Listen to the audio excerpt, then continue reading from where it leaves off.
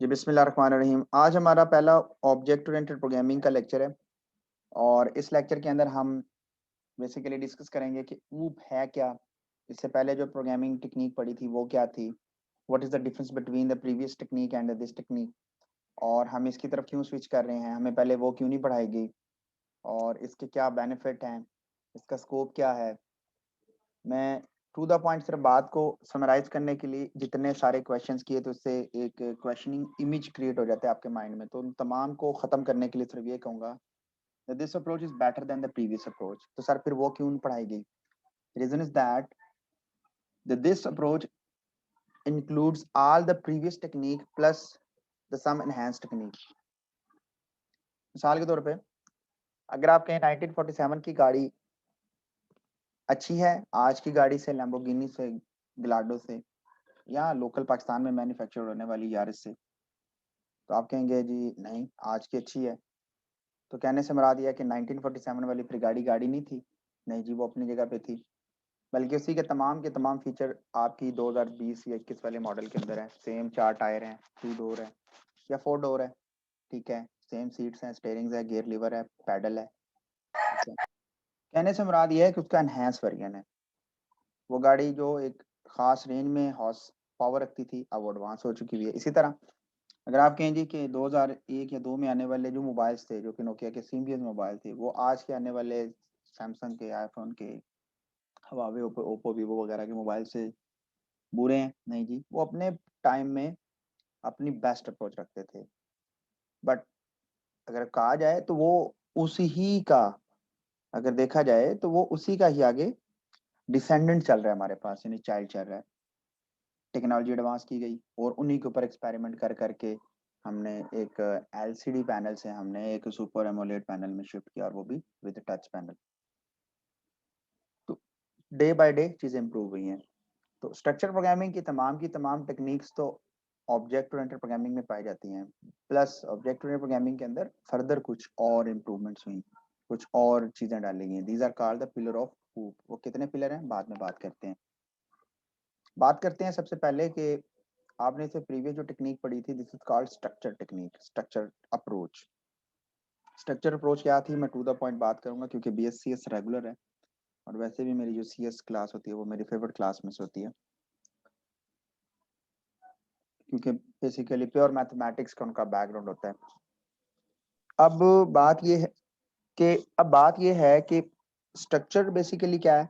Structure approach के अंदर हम क्या करते थे? हम कोड को चंक्स की फॉर्म में, मॉड्यूल की फॉर्म में, छोटे छोटे पार्ट्स में डिवाइड कर देते थे। मैं मजीद एक्सप्लोर करता हूँ। अगर आप लोगों ने नहीं पढ़ा तो फिर ये आपकी गलती है, लेकिन आईटी रेगुलर या फिर जिनको मैंने पढ़ाया उनको मैंने शुरू से डिफ्रेंशिएट ही पहले ही कर दिया और आज के लेक्चर मैंने सिर्फ 40 मिनट का लिया और उस 40 मिनट के अंदर मैंने बहुत सारी चीजें कवर की हैं, क्योंकि वो चीजें ऑलरेडी उनको पता है, वो बता दी गई थी पिछले सेमेस्टर के अंदर। अच्छा, मॉड्यूल के अंदर है छोटे छोटे चंक्स की फॉर्म में, छोटे छोटे पोर्शंस में, छोटे छोटे फंक्शंस में, छोटे छोटे एरियाज में डिफाइन कर दिया जाता है। किन एरियाज में? वो 4 किस्म की कैटेगरी आती है। सबसे पहले या तो आप प्रोग्राम को सीक्वेंशियल फॉर्म में लिख दें। सीक्वेंशियल फॉर्म से क्या मुराद है? मैं ये सामने स्क्रीन पे, क्योंकि ये थ्योरेटिकल है, मैं आपको प्रोग्रामिंग फंडामेंटली पढ़ा रहा हूँ। No, we are switching to object oriented programming.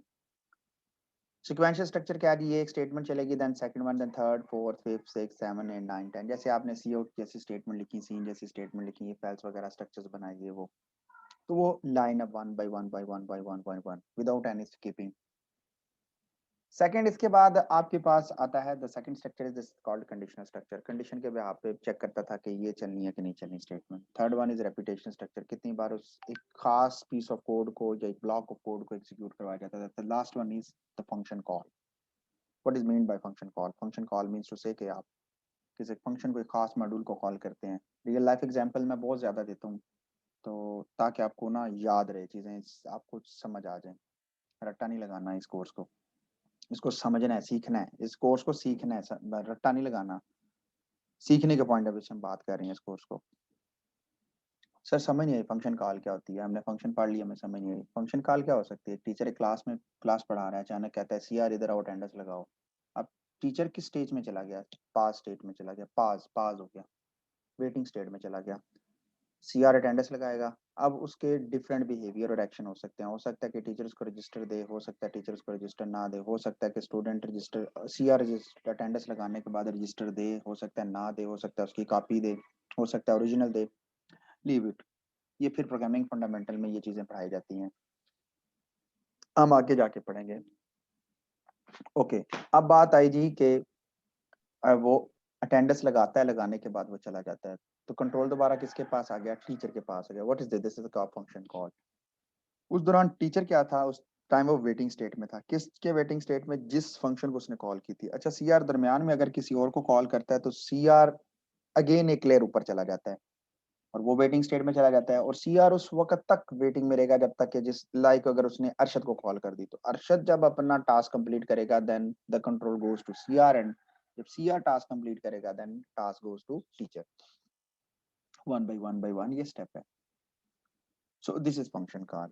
तो ये तो थी स्ट्रक्चर्स प्रोग्रामिंग। अब आगे हम ऑब्जेक्ट ओरिएंटेड प्रोग्रामिंग। अब अच्छा, ये जो बुक है ना, इसमें एक्सप्लोर एक टॉप लेवल का है। मतलब टॉप लेवल से मुराद है कि एक बच्चे के पॉइंट ऑफ व्यू से टॉप लेवल बोल रहा हूँ, एक टीचर के पॉइंट ऑफ व्यू से नहीं। डिटेल एंड डिटेल की बुक काफी ट्रिकी बुक है, मतलब मुश्किल है, मैं उसे बिगिनर्स के लिए मुश्किल लफ्ज बोलूंगा। बट रॉबर्ट लफोर एक बिगिनर्स के लिए एक टॉप लेवल की बुक है। मतलब मैं टॉप लेवल बोल रहा हूँ, मतलब आप अगर इस बुक को पढ़ते हैं मेरे लेक्चर्स के बाद, तो आप कहोगे कि ये कमाल धमाल बुक है। मतलब ये शायद सर ने लिख के बना के हमें दी है।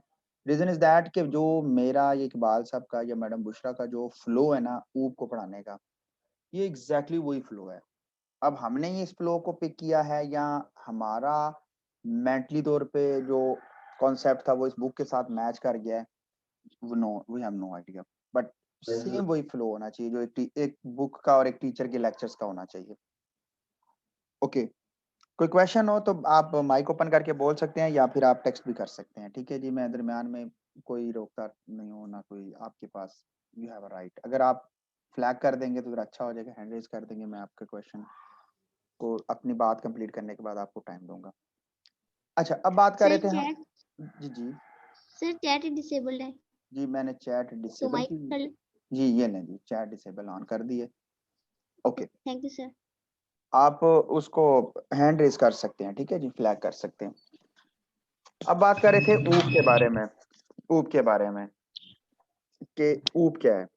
देखें, स्ट्रक्चर प्रोग्रामिंग के बारे में मैंने बता दिया 2-3 मिनट के अंदर। वो पुराना कॉन्सेप्ट था सिर्फ इसलिए कि आपको पता चल सके ऊप और प्रोग्रामिंग में और स्ट्रक्चर प्रोग्रामिंग में फर्क क्या है। बाकी मैं चाहूंगा कि आप इसको मजीद एक्सप्लोर जरूर करिएगा। अच्छा, अब बात कर रहे थे कि ऊप के बारे में। देखें, ऑब्जेक्ट ओरिएंटेड प्रोग्रामिंग एक स्ट्रॉन्ग प्रोग्रामिंग अप्रोच है। याद रखिएगा कि अभी जो विंडो यूज कर रहे हैं, जो आप व्हाट्सएप यूज कर रहे हैं, ये these are are software tools हैं। कोई भी सॉफ्टवेयर, वो आपका टेक्स्ट एडिटर है, एंटीवायरस है, यूटिलिटी प्रोग्राम है, पैकेज सॉफ्टवेयर है, एप्लीकेशन सॉफ्टवेयर, मैंने कितनी बड़ी डोमेन बोल दी है। अब मैं स्पेसिफिक कोई लफ्ज नहीं बोल रहा, मैंने बड़ी डोमेन बोल दी है। ऑल आर जोन से हैं, तमाम के तमाम जोन से हैं, ये सारे के सारे सॉफ्टवेयर हैं, सारे के सारे ऑब्जेक्ट ओरिएंटेड प्रोग्रामिंग में आते हैं। इसका जो कॉन्सेप्ट है ना, इसका जो कॉन्सेप्ट है,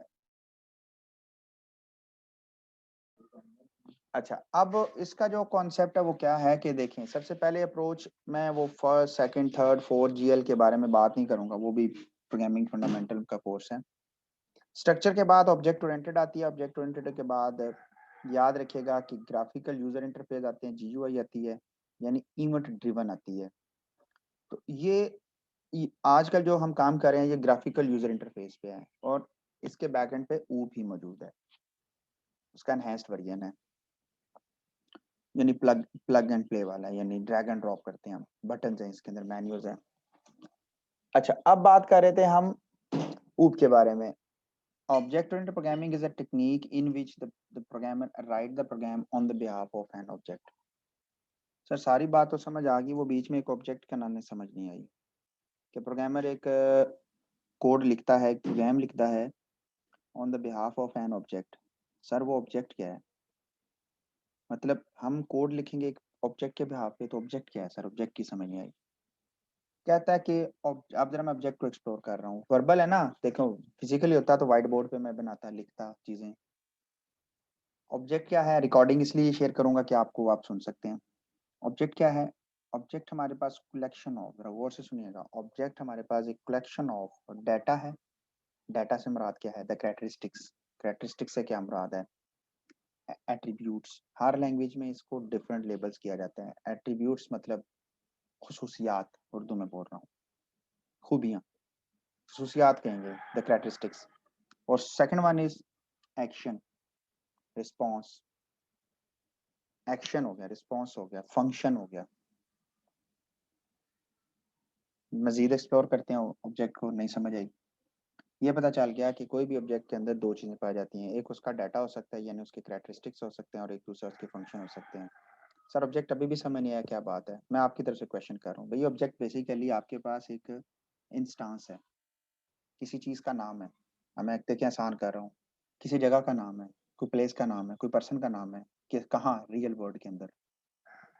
अचानक माइंड में क्वेश्चन आता है, मैंने अभी BSIT को एग्जांपल्स दी हैं कि सर क्या ह्यूमन यानी टीचर, हम ह्यूमन एक बड़ी कैटेगरी आ जाएगी, मैं टीचर, स्टूडेंट, मैंने स्टूडेंट की एग्जांपल दी, मैं स्टूडेंट की यहाँ पे भी देना चाहूंगा। स्टूडेंट, क्या स्टूडेंट एक ऑब्जेक्ट है? एग्जैक्टली।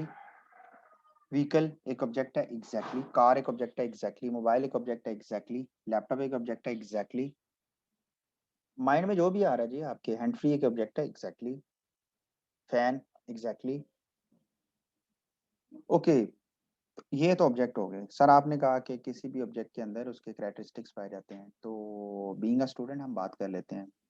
बीइंग अ स्टूडेंट अगर हम बात करते हैं तो स्टूडेंट के जो ऑब्जेक्ट्स हैं, अगर मैं स्टूडेंट्स की बात करता हूँ तो स्टूडेंट के अंदर जो उसके ऑब्जेक्ट्स हैं, उसके कैरेक्टरिस्टिक्स हैं, लाइक उसका रोल नंबर हो गया, उसका नेम हो गया,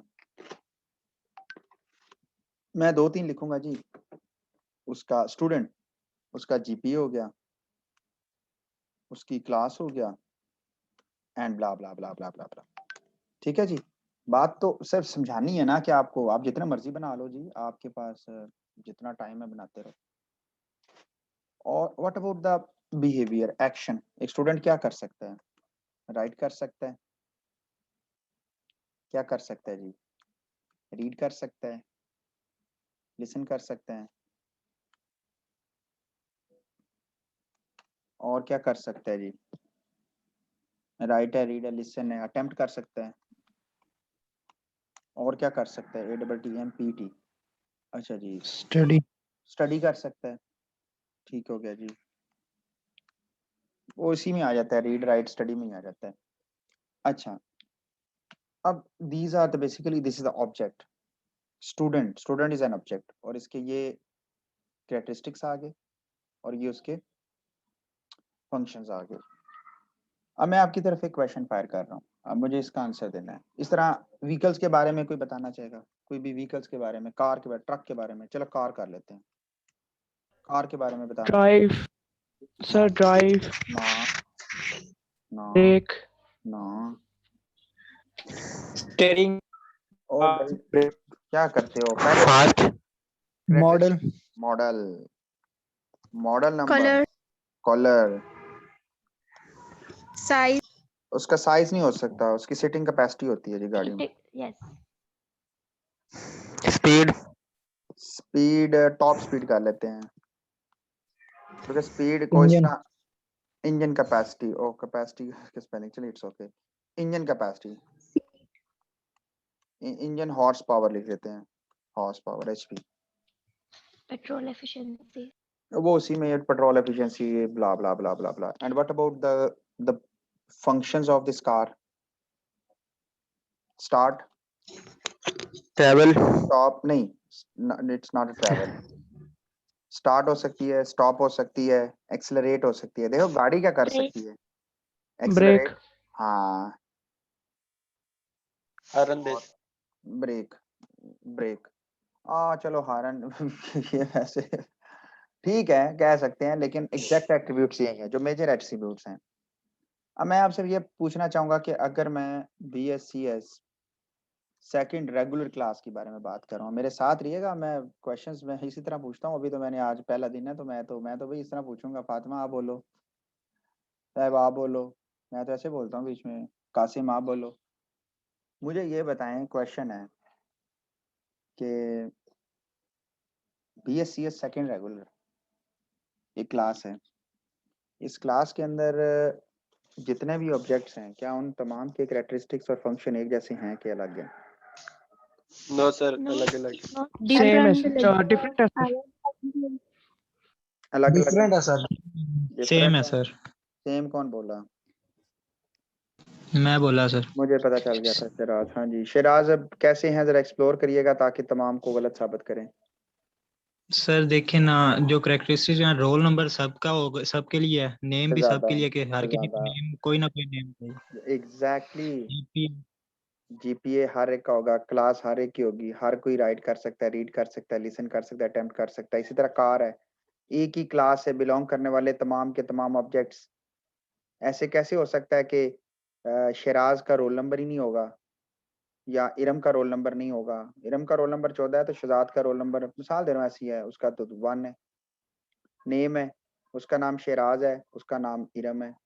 GPA, उसका GPA 4 है फॉर एग्जांपल, इरम का GPA जो है 3.98 है। क्लास वो BSCS से है। ऐसे कैसे हो सकता है कि उसकी क्लास ही नहीं होगी? याद रखिएगा, we are discuss about the characteristics of the object, we are not dealing with the value of the object. Value तो अलग भी, सेम भी हो सकती है, अलग भी हो सकती है। कैसे? एक ही क्लास के अंदर 2 लाइबा पाए जाएं, 2 इरम पाए जाएं, 2 रमजान पाए जाएं, और हो दो सकता है, चिराग है. जी मैं एग्जैक्टली बता रहा हूँ, हो सकता है कि उनके रोल नंबर्स, यहाँ पर रोल नंबर्स अलग हैं, हो सकता है कि रोल नंबर सेम हो। वो उस पर बाद में बात की जाएगी कि हम उस पर एक की डिफाइन कर देंगे कि एक यूनिक की, this is called the primary की, कि एक जैसा ना हो, रोल नंबर एक ही हो, दूसरा उस जैसा ना हो। ओके, सो यहाँ पर एक बात जो बड़ी क्लियर डिफाइन होगी कि एक ही क्लास से बिलोंग करने वाले तमाम के तमाम जो ऑब्जेक्ट्स हैं, उनके कैरेक्टरिस्टिक्स और फंक्शन सेम होंगे। अब मुझे ये बताएं कि अगर एक कार की कैटेगरी है, अब उसमें आप मेहरान भी रख लो और उधर से लैम्बोर्गिनी या बुगैटी रख लेते हैं, वो the highest rating car, super car. Mehran जो कि सबसे लोएस्ट वेरिएंट है 800 सीसी, और उसके अगेंस्ट हम 3500 सीसी की गाड़ी को कंपेयर कर रहे हैं। मतलब किसकी बात कर रहे हैं हम? लैम्बोर्गिनी बुगैटी की बात कर रहे हैं, ठीक है, मैक्लॉरेन की बात कर रहे हैं, मर्सिडीज मैक्लॉरेन सीरीज की। अगर हम इसकी बात करते हैं तो क्या दोनों कार्स के एट्रीब्यूट सेम होंगे? एग्जैक्टली सेम होंगे। मॉडल नंबर होगा, कलर होगा, कैपेसिटी होगी, टॉप No, स्पीड होगी, और सेम होगा। याद रखिएगा, सेम होगा, उनके कैरेक्टरिस्टिक सेम होंगे, बट उनकी वैल्यूज अलग होंगी। लाइक सिटिंग कैपेसिटी मेहरान की 4 है, लैम्बोर्गिनी की 2 है। कलर मेहरान के 2-3 पाए जाएंगे, हो सकता है लैम्बोर्गिनी में दुनिया का कोई भी कलर ले लो आप। टॉप स्पीड मेहरान की 140, लैम्बोर्गिनी की टॉप स्पीड है जी, या मिसाल के तौर पे बुगैटी की 500। इस तरह इंजन HP, मेहरान होगी हार्डली कुछ 40-50 HP की, जबकि वो हो सकता है 1000 हार्स पावर की हो गाड़ी।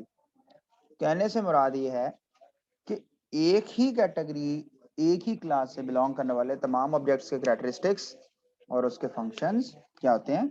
सेम होते हैं। एग्जांपल दे दिए। इस पे क्लियर होगी बात? यहाँ पर कोई क्यूरी है तो अभी पूछ सकते हैं आप। क्लियर? आगे चलें जी। Yes, sir. ओके, अब बात करते हैं, मैं इधर थ्योरी वाली इस वाली स्लाइड पे आता हूँ। ये इस बुक का चैप्टर नंबर 13 है, मैंने इसको फॉलो नहीं करना, मैं फिर बता रहा हूँ, ये सिर्फ और सिर्फ थ्योरी के लिए मैंने अपनी क्लास को बताया है।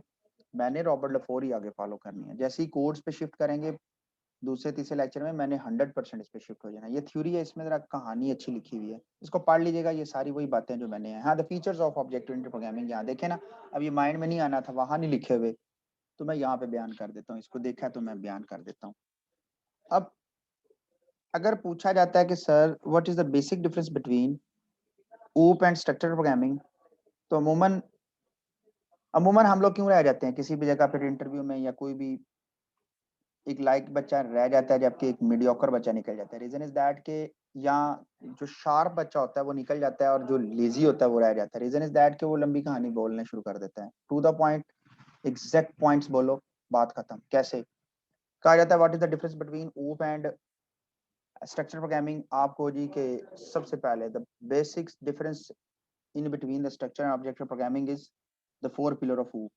The first pillar is abstraction, the second pillar is encapsulation, the third pillar is inheritance, and the fourth pillar is polymorphism. अब जिसने ये चार बोल दिए अगले को पता चल गया भाई इसको तो आरशा ही पता है, ईच एंड एवरीथिंग इसके लिए क्लियर है। सो OOP के अंदर चार पिलर पाए जाते हैं। The first one is encapsulation, data की हाइडिंग। आपके सामने ही है, आपकी तमाम एप्लीकेशन ऑब्जेक्ट ओरिएंटेड प्रोग्रामिंग है तो उसमें डाटा हाइडिंग है ना, आपका यूजर नेम पासवर्ड किसी को भी शो नहीं होता। अगर आप फेसबुक की बात कर लेते हैं, व्हाट्सएप की बात कर लेते हैं, अगर आपको स्टेटस लगाते हैं और अगर आप उस स्टेटस को हाइड कर देते हैं और स्पेसिफिक लोगों के लिए रख देते हैं तो सिर्फ उन्हीं को स्टेटस नजर आएगा जिनको आप दिखाना चाहते हैं, उनके अलावा बाकी किसी को स्टेटस नजर नहीं आएगा। हत्ता कि आपके मोबाइल के अंदर व्हाट्सएप के अंदर अगर आपको वो ब्लू टिक्स हाइड कर देते हैं कि किस सेंडर को पता ही ना चले कि रिसीवर ने मैसेज रिसीव किया कि नहीं किया, तो आप उसकी प्राइवेसी लगा देते हैं जिससे आपको सेंडर को कभी भी नहीं पता चलता कि इसने रीड किया कि नहीं किया। सो this is called encapsulation, data की हाइडिंग कर देना। जो आपको नेसेसरी इंपॉर्टेंट डाटा है आप उसको हाइड कर देते हैं। इसके बाद आते हैं एब्स्ट्रैक्शन। एब्स्ट्रैक्शन का मतलब क्या होता है? इन अ सिंगल यूनिट, इकट्ठा आपके जो डाटा एलिमेंट्स हैं, आपके जो कैरेक्टरिस्टिक्स हैं और आपके जो फंक्शन है वो इन अ सिंगल यूनिट, एक ही यूनिट के अंदर होते हैं। एब्स्ट्रैक्शन का कॉन्सेप्ट ये है, ठीक है। आपके एक ही ऑब्जेक्ट के अंदर आप सिंगल यूनिट से ही आप उसके अंदर डाटा भी स्टोर करवाएंगे और आप उसको फंक्शन भी परफॉर्म करवाएंगे। Third one is inheritance. Inheritance ये रीयूजेबिलिटी इनहेरिटेंस के अंदर आ जाती है, ये देखा ना लिखा भी हुआ है इनहेरिटेंस। इनहेरिटेंस क्या है जी? इनहेरिटेंस कहता है कि generate a new class, generate a new class, generate a new code, समझ लेंगे, from the existing code, from the existing classes. नहीं समझ आई? रियल लाइफ एग्जांपल देता हूँ। आप में सारे एक नई क्लास हैं and we are generated from our parents classes.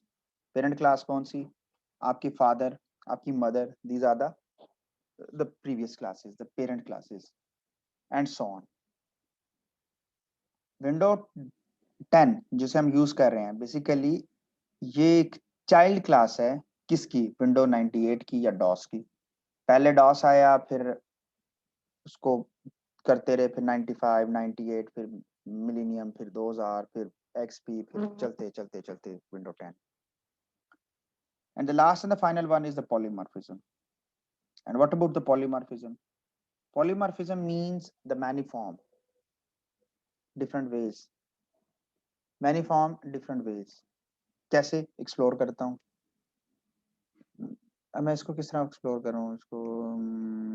हाँ ये देखें, आप बच्चे को टॉय लेने के लिए टॉय शॉप पे ले जाते हैं।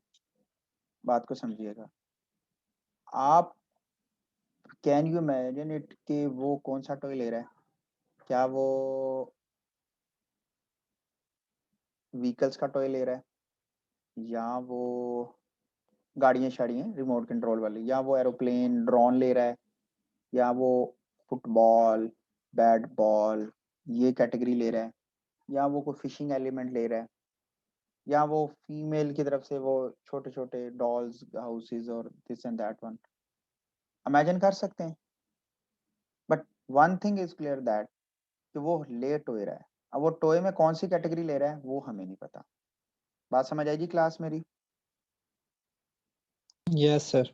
जैसे मैं कहता हूँ पर्सन, अगर मैं बोलता हूँ पर्सन तो अमजद मुझे ये बताओ, अजमल सॉरी, अजमल मुझे ये बताओ कि पर्सन अगर मेरे माइंड में आता है तो पर्सन कौन हो सकता है? जेनेरिक कैटेगरी माइंड में जो भी आती है बोल दें। माइक ओपन करें ना, जल्दी जल्दी बोलें, टाइम शॉर्ट है फिर। सर सॉरी सर, कुछ समझ में नहीं आया सर। मैं कहता हूँ कि एक पर्सन है, पर्सन, तो पर्सन एक कॉमन कैटेगरी में कौन हो सकता है? पर्सन की कैटेगरी में कौन कौन हो सकता है? No idea? No idea sir, sorry. Person कोई भी हो सकता है, एक डॉक्टर भी पर्सन हो सकता है, एक टीचर भी पर्सन हो सकता है, एक स्टूडेंट भी पर्सन हो सकता है, एक फादर भी पर्सन हो सकता है, एक डॉटर भी पर्सन हो सकता है, एक एक चाइल्ड भी है, या सन भी एक पर्सन हो सकता है, एक हाउस वाइफ भी एक पर्सन हो सकती है, एक फिशरमैन भी एक पर्सन हो सकता है, एक मैनेजर भी एक पर्सन हो सकता है, एक प्लम्बर भी एक पर्सन हो सकता है, एक साइंटिस्ट भी एक सर मेल पर्सन। और फीमेल दोनों होंगे ना पर्सन? देखें, मेल और फीमेल दोनों? it's depending on the scenario. It's depending on the scenario कि आप उस सिनेरियो को किस तरह Yes, sir. कैटेगराइज करती हैं। आपके लिए ना आयशा, जरा बात को गौर से सुने। एक एम्प्लॉय, यूनिवर्सिटी का एम्प्लॉय, एक यूनिवर्सिटी जी के सर। एम्प्लॉय के अंदर दो कैटेगरीज पाई जाती हैं। एम्प्लॉय के अंदर दो कैटेगरी, एक टीचिंग, एक नॉन टीचिंग। ठीक है, अब टीचिंग और नॉन टीचिंग दो कैटेगरी पाया गया। अगर आप कहते हो जी कि लाइक, अब उनको मैं फर्दर डिवाइड कर रहा हूँ, देखें फर्दर डिवाइड कर रहा हूँ, या मैं फॉर एग्जांपल मैं यूं कहता हूं, मैं बल्कि इस बुक की एक एग्जांपल लेके चलता हूं। एक कंपनी है गैजेट बनाने वाली, सॉफ्टवेयर बनाने वाली। अब उसमें एम्प्लॉय हैं, उस एम्प्लॉयज की कैटेगरीज करते हैं, तो उसमें एक मैनेजर है जो उस कंपनी को चला रहे हैं, तनख्वाहें और ये सारी कैटेगरीज आ रही हैं। एक में आते हैं साइंटिस्ट जो सिर्फ लॉजिक बना के देते हैं, गैजेट बना रहे हैं ना, सोच लें कि नासा की कंपनी है। एक है मैनेजर जो नासा को चला रहे हैं, ठीक है, इक्विपमेंट्स पूरे करके दे रहे हैं, चीजें ला के दे रहे हैं, बूस्ट सामान और जो भी चीजें हैं। एक है साइंटिस्ट। अब साइंटिस्ट तो नहीं ना जाके चीजें बनाएगा। साइंटिस्ट का काम क्या है कि सिर्फ लॉजिक देना, कॉपी वर्क करना और कंप्यूटर वर्क करना और डाटा दे देना। तीसरे आगे जी लेबर। लेबर में क्या होगा? लेबर से मुराद है द वर्कर, ठीक है, जो बेसिकली टेक्नीशियंस होते हैं। जैसे आप एयरफोर्स में हैं, अगर एयरफोर्स में है तो आप देखें कि मैनेजर्स और होते हैं, ठीक है जी, साइंटिस्ट और होते हैं, इंजीनियर्स और होते हैं, और फोरमैन और होते हैं। फोरमैन असल काम फोरमैन कर रहे होते हैं अंडर इंजीनियर्स, ठीक है जी। एक मिनट जी, ये कोई कॉल,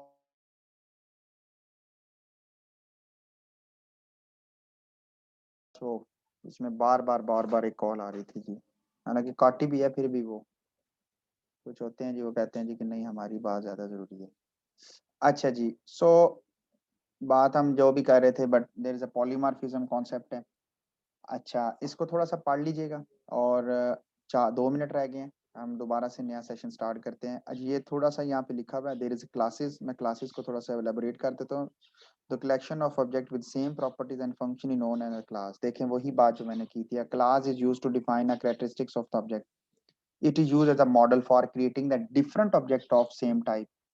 सादा सी बात है, अगर एक ही क्लास के अंदर से अगर आप पर्सन के निकालते हैं, तो वो पर्सन अली हो, उस्मान हो, अब्दुल्ला हो, उन सारे के सारे एक ही क्लास से बिलोंग करते हैं। इसी तरह अगर आप बुक की बात करते हैं, तो बुक प्रोग्रामिंग की हो, आईसीटी की हो, इंग्लिश की हो, या किसी और की भी हो, याद रखिएगा कि वो एक ही क्लास से बिलोंग करते हैं। क्लास को यहाँ पे फिनिश करते हैं, और नेक्स्ट सेशन के अंदर ही 2 मिनट के बाद हम यहीं से स्टार्ट करते हैं। किसी ने मैसेज भेजा हुआ है, स्पीड की समझ नहीं आई, बिलाल क्या कह रहे हैं? अच्छा, वो उसने आपने उसका आंसर दिया, ठीक है। तो यहाँ तक किसको कोई प्रॉब्लम है, दोबारा से रिज्वाइन करें क्लास को, और हम थोड़ा सा कोड की तरफ मूव करते हैं, ठीक है जी।